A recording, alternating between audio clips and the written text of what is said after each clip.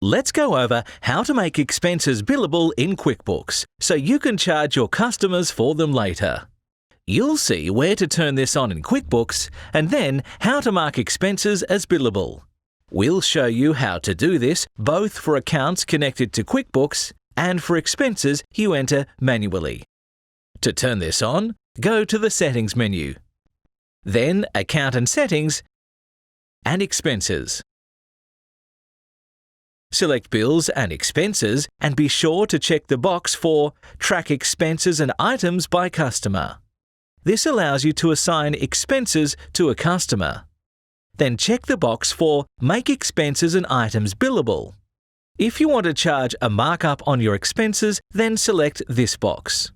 You can also decide if you want to count these expenses as income. Once you are finished, select Save and then Done. Now you're ready to track bills and expenses by customer. If you have a bank account and credit cards connected to QuickBooks, then just go to your transactions. When you have an expense you want to bill to a customer, just select it and check this billable box.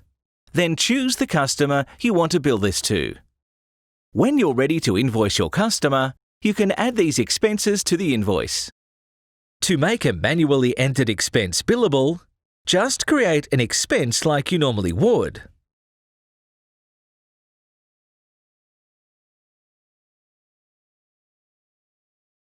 Enter the category and be sure to include a description, since your customer will see this.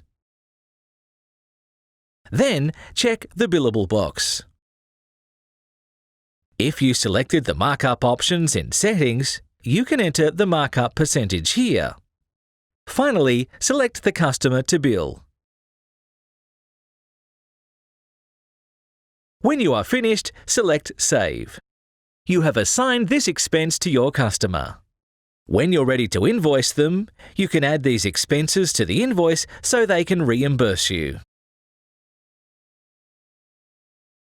That's it! Now you're ready to start tracking expenses to bill to your customers.